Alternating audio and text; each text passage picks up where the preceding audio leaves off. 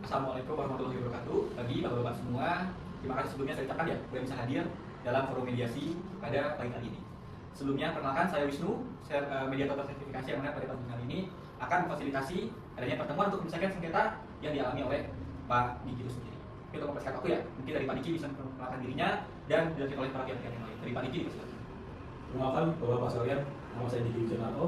Saya selaku pemilik usaha laundry di perumahan Giri Hasil yang saat ini menjadi objek sengketa di dalam mediasi ini. Terima kasih. Terima kasih bapak-bapak sekalian. Perkenalkan saya Gali selaku perwakilan dari warga yang terdampak. Mungkin dari Pak Gula Tujur. Terima kasih. Perkenalkan bapak sekalian, nama saya Gula Tujur. Saya di sini sebagai perwakilan dari Dinas Lingkungan Hidup Semarang. Saya ada di sini sebagai perwakilan menjelaskan apa saja regulasi yang berlaku dan saya tidak berkaitan secara langsung terhadap ataupun saya akan melihat ya. Baik. Kemudian dari Pak RT ya, silakan Pak. Saya Nael di sini sebagai ketua RT dari RT 05 dan di sini saya sebagai perwakilan dari kepentingan politik di warga di RT 05 di sini. Oke, terima kasih banyak bapak-bapak semua sudah bisa memperkenalkan diri secara baik. Jadi sebelum kita mulai, saya akan memperkenalkan terlebih dahulu sebetulnya mediasi itu apa. Dimana pada dasarnya bapak-bapak berdasarkan Permen nomor 1 tahun 2016, mediasi ini ialah cara penyelesaian sengketa melalui proses perundingan ataupun mufakat untuk bisa memperoleh kesepakatan dari pihak yang ada, yang mana akan dibantu oleh saya selaku mediator itu sendiri. Yang mana mediasi dia memiliki kelebihan dari adanya penyelesaian litigasi seperti biaya yang murah, sederhana, dan juga tidak kompleks seperti persidangan pada umumnya. Pun perlu diketahui nantinya di sini sifat saya, peran saya hanya akan memfasilitasi dari kedua belah pihak. Saya akan membantu untuk komunikasi sehingga nantinya kesepakatan bisa disepakati secara bersama. Dan yang perlu diingatkan ialah bahwasanya saya di sini sebagai pihak ketiga. Saya di sini tidak memiliki peran ataupun tanggung jawab untuk bisa memutuskan keadaan yang ada. Karena kesepakatan akan dikembalikan kepada para pihak, baiknya seperti apa dan kesepakatannya seperti apa. Mungkin dari itu ada yang ingin tanyakan terlebih dahulu, sudah cukup? Baik, untuk memulai agenda awal, kita akan ada penyampaian materi atau penyampaian kronologis saja dari masing-masing para pihak. Baik, Bapak Ibu semua, kita langsung saja ya mulai ke sesi penyampaian permasalahan dari masing-masing pihak. Mungkin saya awali dari Pak Gali terlebih dahulu, bisa disampaikan bagaimana permasalahan yang ada kepada kami forum mediasi pada pagi kali ini. Dipersilakan, Pak Gali. Jadi gini Pak, permasalahan ini sudah lama banget, dan bulan Pak. Bulan awalnya tuh warga kami itu sempat merasa kok lama-lama slogannya baru, lama slogannya baru. Nah, setelah kami telusuri, ternyata nih asal itu dari ridhonya Pak Diki. Nah, kami ini sebenarnya kayak dari warga-warga kami ini merasa banyak itu Pak. Maksudnya kayak dari zaman keluarga ini banyak merasa iritasi, sakit. Nah, termasuk anak saya juga masuk rumah sakit Pak. Saya tahu masuk rumah sakit. Kemudian kami itu juga dengan Pak Tono, tapi Pak Tono itu tetap nggak ada respon Pak. Kami itu cuma pengen ada ibadah balik. Kami cuma pengen Pak Tono bisa ngasih ganti kerugian kepada keluarga, kepada masyarakat kami. Kita nggak pengen nutup Pak, tapi ya gimana ya? Kita kan dibutuh kepastian. Izin, Ya, mediator. silakan Pak Diki. Buat Mas Gali nih, saya mohon izin menyampaikan kronologi dari sisi saya, Mas. Usaha laundry ini sudah saya jalankan selama 3 tahun. Dan itu menjadi satu-satunya sumber penghasilan yang keluarga saya punya. Selama ini saya tidak pernah mendapat pemberitahuan dari manapun mengenai limbah yang saya buang, yang berasal dari perusahaan laundry saya. Saya memang pernah ditegur oleh yang sudah saya coba beralih ke deterjen yang biodegradable atau dengan deterjen yang bisa terurai. Karena keyakinan saya itu sudah cukup untuk mengatasi masalah tersebut ya Pak. Jujur, saya tidak tahu ada kewajiban untuk membangun instalasi pengolahan air untuk usaha sekecil saya. Ya. Itu yang paling saya khawatirkan di sini ya Pak, yaitu usaha saya ditutup. Karena ini berarti nanti keluarga saya tidak akan mendapatkan sumber nafkah. Oh iya. Karena kan dari saya sendiri di mediasi ini, saya mengharapkan solusi yang adil untuk kita semua. Saya diberikan waktu dan dibimbing untuk memperbaiki sistem tanpa harus menutup usaha saya secara mendadak. Saya sebenarnya bersedia kok Mas, untuk memperbaiki jika ada kekurangan di usaha saya. Terima kasih banyak Pak Gali dan Pak Diki atas penyampaian kronologis awal dari permasalahan pada pagi kali ini ya. Ini selanjutnya saya akan berikan kesempatan ya kepada Pak Nail selaku ketua RT bisa disampaikan bagaimana kronologis permasalahan pada saat ini yang ada. Iya Mas, jadi saya sebagai ketua RT di sini sudah kurang lebih 6 bulan seperti yang dibilang Mas Gali tadi permasalahan air ini. Saya sudah menerima banyak laporan dari warga mengenai air bau lah, bikin sakit, bikin gatal-gatal. Nah di sini kami dari warga telah mengajukan teguran kepada Pak Diki sebanyak 3 kali. Tapi hingga saat ini tidak ada tindak lanjut yang diambil oleh Pak Diki ini. Jadi sebenarnya dari kami warga ini yang bermasalah adalah penanganan dari Pak Diki ini. Sudah dari 6 bulan dan diberikan 3 kali teguran, tapi sampai saat ini tidak ada perubahan dari Pak Diki sendiri gitu. Jadi tahu? Oke, selanjutnya dari Pak Gula ya. Baik, kebetulan saya kan diundang dipanggil untuk mediasi ini memang untuk memberikan informasi ya secara terkait penjelasan dan regulasi. Jadi kalau berdasarkan dari regulasi, terutama di peraturan pemerintah nomor 22 tahun 2021, itu memang betul untuk perusahaan kecil seperti UMKM laundry, seperti punya Pak Diki seperti ini, itu memang tetap memerlukan suatu bentuk pengolahan limbah gitu kalau sekalian. Nah, tapi tadi seperti yang sudah dijelaskan oleh Pak Diki, karena memang sepertinya di RT ini belum ada semacam bentuk sosialisasi terkait bagaimana regulasi yang ada gitu. Nah, sebelumnya saya juga terima kasih ke Pak Wisnu selaku mediator tadi sempat manggil saya ya, karena memang saya dari lingkungan hidup. Nanti kalau misal tadi dari para pihak sentra warga dengan Pak Diki, kalau bisa mencari solusi saya bisa membantu. Nanti kami dari lingkungan hidup nanti koordinasi dengan RT juga bisa memberikan sosialisasi bagaimana pengolahan limbah itu berlangsung gitu. Terima kasih banyak Pak Gola atas penjelasannya. Sebetulnya yang saya ambil ya dari pernyataan Bapak semua ada 5 isu sebetulnya. Walaupun 4 isu yang harus saya selesaikan. Yang pertama ialah bagaimana dan sejauh apa tanggung jawab dari Pak Diki tersebut atas pencemaran yang ada. Yang kedua ialah tentang kompensasi, seberapa besar dan sejauh apa kompensasi yang harus diberikan dari Pak Diki pada kerugian warga yang terjadi pada saat ini. Kemudian yang ketiga tentang perbaikan teknis, apa yang harus dilaksanakan oleh Pak Diki untuk bisa memperbaiki dari adanya pengelolaan limbah yang ada. Dan yang keempat ialah nanti adanya jangka waktu perbaikan akan seperti apa. Dan yang terakhir adalah bagaimana kita proses pengawasan, bagaimana nantinya kesepakatan yang telah kita setujui pada pagi kali ini bisa dilaksanakan secara matang dan sesuai prosedural yang ada. Mungkin itu isu yang dapat saya ambil dari bapak-bapak semua. Yang ingin mendapatkan sudah cukup? Baik, kalau sudah cukup, saya izin klarifikasi terlebih dahulu ya kepada Pak Gola dari lingkungan hidup sebelum kita masuk ke sesi negosiasi. Tadi kan Pak Tono mengatakan bahwasanya Pak Diki, maksud saya, menggunakan deterjen yang berlabel biodegradable. Nah, apakah dengan penggunaan deterjen tersebut itu menggunakan kewajiban dia untuk membangun sistem limbah atau tidak sebetulnya? Jadi gini Pak Wisnu, itu tidak. Jadi mungkin gini ya Bapak, saya izin untuk memberikan penjelasan. Jadi ketika deterjen itu ada tulisannya biodegradable, itu artinya itu akan terurai secara alami, tapi tentunya tidak instan gitu. Itu dalam waktu yang sama, bisa bulan-bulan bahkan hingga bertahun-tahun. Dan meskipun itu ada tulisan biodegradable, itu masih ada bahan-bahan kandungan kimianya seperti fosfat atau surfaktan dan lain-lain yang itu memang bisa mencemari air di sekitarnya. Nah, tentunya karena itu penggunaan yang biodegradable itu sebenarnya ya tidak menggugurkan gitu. Jadi nanti dari Pak Diki sebagai pemilik laundrynya itu walaupun sudah menggunakan biodegradable itu tentunya tetap akan memerlukan suatu bentuk pengolahan limbah begitu Pak. Tadi Pak Diki ada ini tanggapan?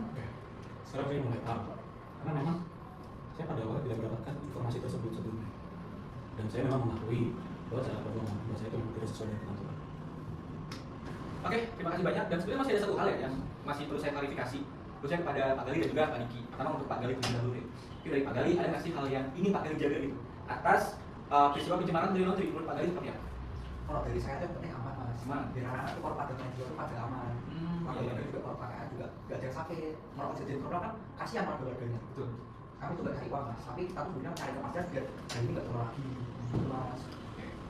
Baik, saya paham atas adanya keinginan Pak Gali untuk bisa mendapatkan rasa aman dan kepastian ya dalam lingkungan yang ada di perumahan biasa. Dan selanjutnya dari Pak Diki. Menurut Pak Diki, apa sebetulnya yang Bapak khawatirkan dari keinginan Bapak Diki ini ingin mempertahankan usaha laundry yang ada pada saat ini? Jadi saya sendiri takut tidak bisa menghidupi keluarga saya, karena istri saya tidak bekerja, dua anak saya masih sekolah. Laundry ini jadi satu-satunya pekerjaan yang bisa menghidupi keluarga. Saya sendiri tidak menolak tanggung jawab, namun saya memang butuh waktu dan bimbingan, bukan hukuman yang langsung menghancurkan nafkah. Ya, saya paham dari Pak Gali menginginkan rasa keamanan, kepastian, dan Pak Diki menginginkan bahwasanya oke, usahanya masih tetap ada, tapi memperbaiki dari adanya keluarga yang ada juga mampu untuk memperbaiki permasalahan yang telah disebabkan pada saat ini. Yang mana itu sebetulnya dua kepentingan yang bisa beriringan tanpa harus kita menurunkan atau mengalahkan salah satu kepentingan yang ada. Mungkin selanjutnya, Bapak, kita masuk ke dalam sesi negosiasi dan diskusi ya. Dari hal-hal yang telah disampaikan ada satu hal yang menurut saya sangat konkret, ialah mengenai kompensasi. Mungkin dari Pak Gali bisa disampaikan bagaimana kompensasi yang ingin Bapak dan Bapak dapatkan dan apa rasionalitasnya sebetulnya. Ini loh mas, saya tuh udah ngumpulin kwitansi buat 8 orang. Oh iya. Totalnya 1.800.000 rupiah. Kami nggak cukup lebih mas. Pokoknya kami buat segitu tuh kami nggak cukup. Berarti memang didasarkan dari adanya ganti rugi sebesar 1,81 juta seperti itu. Ya. Mungkin dari Pak Diki, mungkin sambil lihat ya ini kwitansi dari Pak Gali. Saya memang mematuhi Mas kewajiban dan saya juga bersedia untuk membayar. Tapi yang perlu Mas tahu, ini merupakan laporan dari perusahaan saya kalau perusahaan saya itu hanya mendapatkan penghasilan bersih sekitar 2 juta per bulan. Apakah saya bertanya nih kepada Mas Gali, apakah warga bersedia jika dibayar dalam 2 tahap, mungkin 900.000 di bulan ini dan juga 900.000 di bulan depan. Karena dari komisi produksi ini saya juga harus mengikuti keluarga saya. Ya kalau segini sih tidak ada apa-apa mas, tapi paling enggak harus ada persetujuan tertulis biar ada buktinya, jangan cuma ngomong doang. Oke. Mungkin nanti dari Pak RT.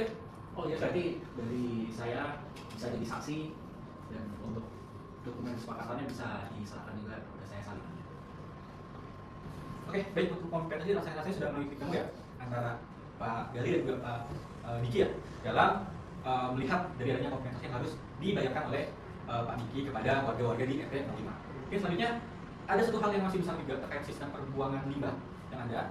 Kita harus bisa mengubah pertanyaannya yang awalnya, apakah Pak Diki mampu membangun, sekarang apa solusi teknis yang sebetulnya bisa dilaksanakan dari adanya permasalahan dan juga keadaan Pak Diki pada saat ini. Mungkin bisa meminta pendapat ya dari Pak Bola, dari lingkungan hidup. Menurut Pak Bola seperti apa? Baik, terima kasih Mas Wisnu.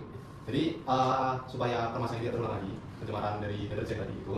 Jadi sebenarnya kalau berdasarkan peraturan yang berlaku, itu suatu usaha yang memang menghasilkan suatu limbah cair, itu harus bentuk IPAL atau instalasi pengolahan limbah begitu. Nah, tapi untuk instalasi pengolahan limbah itu, kalau kami dari dinas data kami dari dinas terkait itu biasanya untuk 1 kali instalasi satu usaha itu bisa mencapai biaya 5 juta.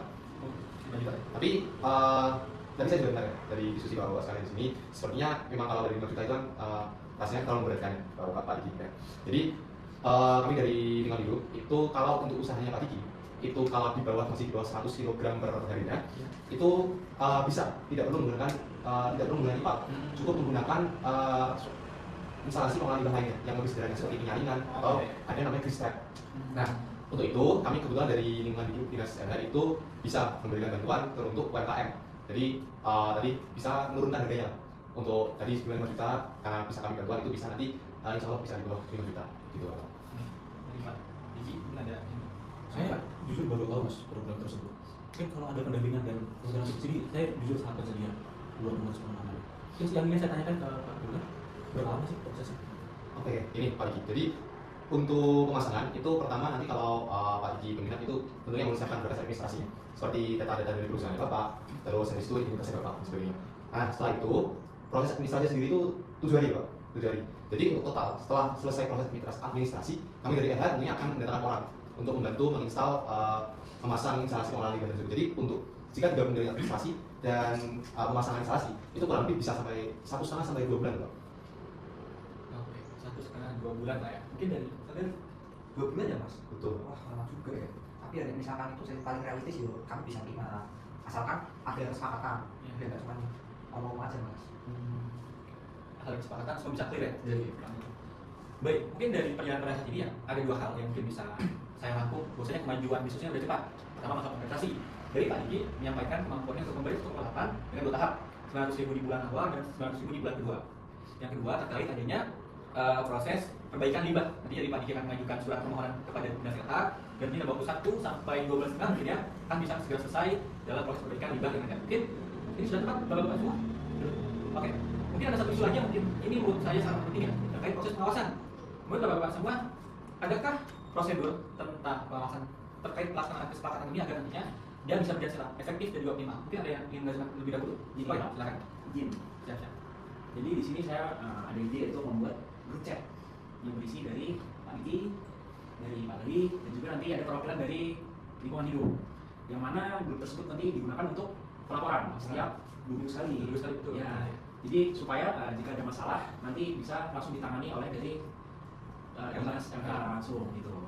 Mungkin dari izin menanggapi dari Pak RT ya. silakan. Jadi kalau nanti untuk pengawasan, nanti setelah Pak Diki selaku pemilik pabrik nanti datang ke dinas kami ke lingkungan hidup mengajukan untuk bantuan UMKM instalasi pengolahan limbah. Nanti kemudian dari kami ada tim pengawasnya begitu. Oh, iya. Tim pengawasnya yang nanti bisa tentu atas persetujuan pihak dari sini kalau dari sini nanti bisa dimasukkan ke grup yang sesuai dengan persetujuan Pak RT begitu. Nah dari kami sendiri pun itu setelah 45 hari program yang mulai itu kami ada pengawasan lapangan dari tim kami. Jadi itu tentunya nanti kalau misal ternyata ada yang kelalaian atau apapun nanti dari dinas pasal kami itu sudah begitu.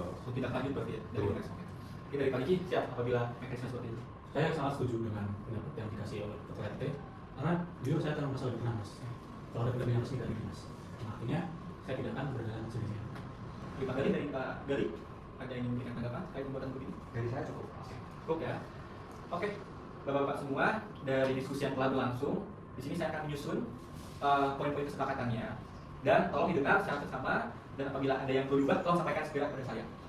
Poin yang pertama ialah Bapak Diki Wijaya mengakui bahwa sistem pembuangan limbah yang selama ini dijalankan oleh Pak Diki tidak sesuai dengan ketentuan dan menyatakan siap bertanggung jawab atas dampak yang telah timbul. Yang kedua, Bapak Diki Wijaya membayar kompensasi untuk kesehatan warga sebesar 1,8 juta rupiah dalam 2 tahap, 900.000 pada bulan pertama dan 900.000 pada bulan kedua. Setelah penyerahan kwitansi asli oleh perwakilan warga, dan nantinya pembayaran akan disaksikan oleh Bapak Ketua RT 05. Kemudian poin ketiga, bahwasanya Bapak Diki Wijaya siap untuk mengajukan permohonan pendampingan teknis kepada Dinas Lingkungan Hidup dan juga siap untuk bisa memperbaiki sistem pengolahan limbah dalam jangka waktu 1 hingga 2 bulan saat kesepakatan disepakati oleh masing-masing pihak. Dan yang terakhir adalah pengawasan nantinya akan dilaksanakan oleh Bapak Ketua RT ya, izin melalui grup komunikasi bersama nantinya ada Bapak Diki dari perwakilan warga dan juga dari Bapak Gola selaku perwakilan Dinas Lingkungan Hidup. Dari nanti pelaporannya selama 2 minggu sekali, dan memang apabila terdapat sebuah tidak sesuai dapat ditindaklanjuti ya oleh Dinas Lingkungan Hidup secara langsung. Apakah dari keempat poin tersebut ada yang ingin disanggah atau sudah cukup, Bapak-bapak semua? Cukup? Cukup, oke.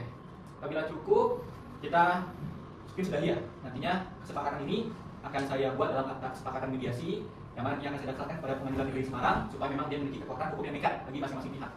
Mungkin sebelum kita akhiri bisa ditandatangan rekan-rekan semua mungkin diawali ya dari Bapak Diki selaku pihak dari laundry. Kasih dari warga terlebih dahulu bisa di sini. Di sini, Pak RT bisa di sini. Kasih Pak RT sudah datang. Ini dari Bapak Abdullah, ini sini Pak Abdullah. Baik, alhamdulillah Bapak semua kita bisa selesai mediasi. Semoga apa yang tertuang dalam kesepakatan pada kali ini bisa memberikan dampak yang positif ya bagi seluruh warga agar nantinya usaha dari Pak Diki lancar, warga di perumahan BX pun lancar juga dan aman. Mungkin saya tutup. Terima kasih banyak Bapak-bapak semua sudah bisa hadir dalam forum mediasi. Saya tutup dan nanti setelah tutup jangan lupa menjabat tangan ya. Oke. Terima kasih. Wassalamualaikum warahmatullahi wabarakatuh dan hati-hati di jalan Bapak-bapak semua. Terima kasih banyak Bapak Diki Dali. Terima kasih banyak. Mas Gola dari